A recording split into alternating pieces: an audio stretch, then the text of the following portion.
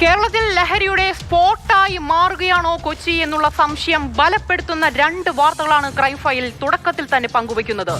ആലുവയിൽ AIDS carrier എന്ന് വിളിപ്പേരുള്ള അതിമാരക മയക്കുമരുന്നുമായി 2 പേർ എക്സൈസിന്റെ പിടിയിലായി. ലോറിസെപ്പാം മയക്കുമരുന്ന് ആംപ്യൂളുകളും ഇത് കുത്തിവെക്കാൻ ഉപയോഗിക്കുന്ന സിറിഞ്ചുകളും മയക്കുമരുന്ന് ഉപയോഗിക്കുമ്പോൾ ഛർദ്ദിക്കാതിരിക്കാനുള്ള ഒരു ആംപ്യൂളുമാണ് പിടിച്ചത്. ഈ വാർത്തയുടെ ഏറ്റവും കൂടുതൽ വിവരങ്ങൾ നൽകാൻ രാഗിൻ ചേരുന്നുണ്ട്. രാഗിൻ, ഇത് കേട്ട് പരിചയം പോലുമില്ല. എന്താണ് ഈ ലഹരി മരുന്ന്? അതിമാരകമായിട്ടുള്ള ലഹരിയാണ് എന്നാണ് മനസ്സിലാക്കുന്നത്. ആരാണ് ഈ പ്രതികൾ? എങ്ങനെയാണ് ഇവരിലേക്ക് എത്തുന്നത്? എന്താണ് പോലീസിനെ കുറിച്ച് പറയുന്നത് രാഗിൻ? തന്ത്രപരമായിട്ടുള്ള ഓപ്പറേഷനിലൂടെയാണ് എക്സൈസ് സംഘം ഇവരെ വലയിലാക്കിയിരിക്കുന്നത്.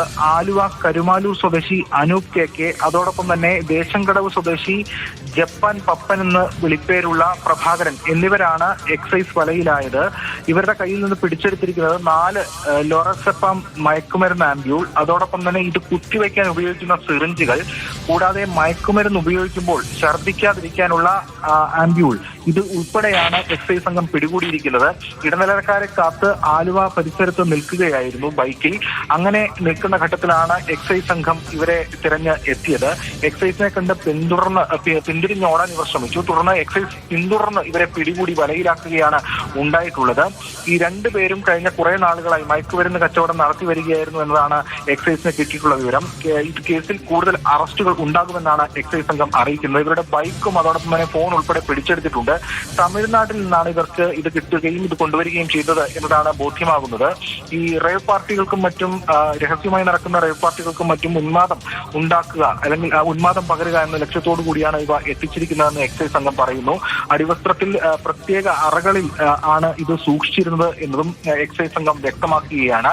ഇത് ലഹരിയായി ഉപയോഗിക്കുന്നവർ ഒരേ സിറിഞ്ച് ഉപയോഗിച്ച് തന്നെ കുത്തിവെക്കുന്ന രീതി, പലരിലും കുത്തിവെക്കുന്ന രീതിയൊക്കെയുണ്ട്. അതുകൊണ്ട് തന്നെ ഇത് ഗുരുതരമായിട്ടുള്ള അത്തരം ഈ എയ്ഡ്സ് പോലെയുള്ള രോഗങ്ങളൊക്കെ പടരാൻ ഇടയാക്കുന്ന ഒരു അവസ്ഥയുമുണ്ട് എന്ന് എക്സൈസ് സംഘം വ്യക്തമാക്കുന്നു. എന്തായാലും ഇത് കഴിഞ്ഞ കുറെ നാളുകളായി എക്സൈസ് ഇതുമായി ബന്ധപ്പെട്ട പരിശോധനകളും ഒക്കെ നടത്തി വരികയായിരുന്നു.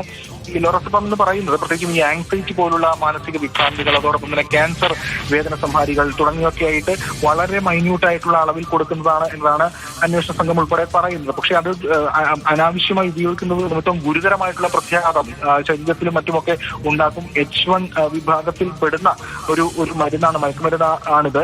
അതോടൊപ്പം തന്നെ ഇതിൽ ട്രിപ്പിൾ പ്രിസ്ക്രിപ്ഷൻ ഉണ്ടെങ്കിൽ മാത്രമേ ഇത് കിട്ടുകയുള്ളൂ. ചില ആളുകൾ മുൻപ് ഈ വ്യാജ കുറിപ്പടിയും മറ്റുമൊക്കെ ഉപയോഗിച്ചത് അനാവശ്യമായി കുട്ടി ഇത്തരം കാര്യങ്ങൾക്ക് വേണ്ടി ഉപയോഗിക്കുന്നതായി ശ്രദ്ധയിൽപ്പെടുകയും എക്സൈസ് ഒന്ന് കടുത്ത നടപടിയൊക്കെ സ്വീകരിച്ചിരുന്നതുമാണ്. എന്തായാലും ഇപ്പോൾ സുപ്രധാന നടപടിയാണ് എക്സൈസിന്റെ ഭാഗമായിട്ട് നടത്തിയിരിക്കുന്നത്. 2 പേരെയാണ് വലയിലാക്കിയിരിക്കുന്നത്. കൂടുതൽ അറസ്റ്റ് ഈ കേസുമായി ബന്ധപ്പെട്ട് ഉണ്ടാകുമെന്ന് എക്സൈസ് സംഘം അറിയിക്കുകയാണ്.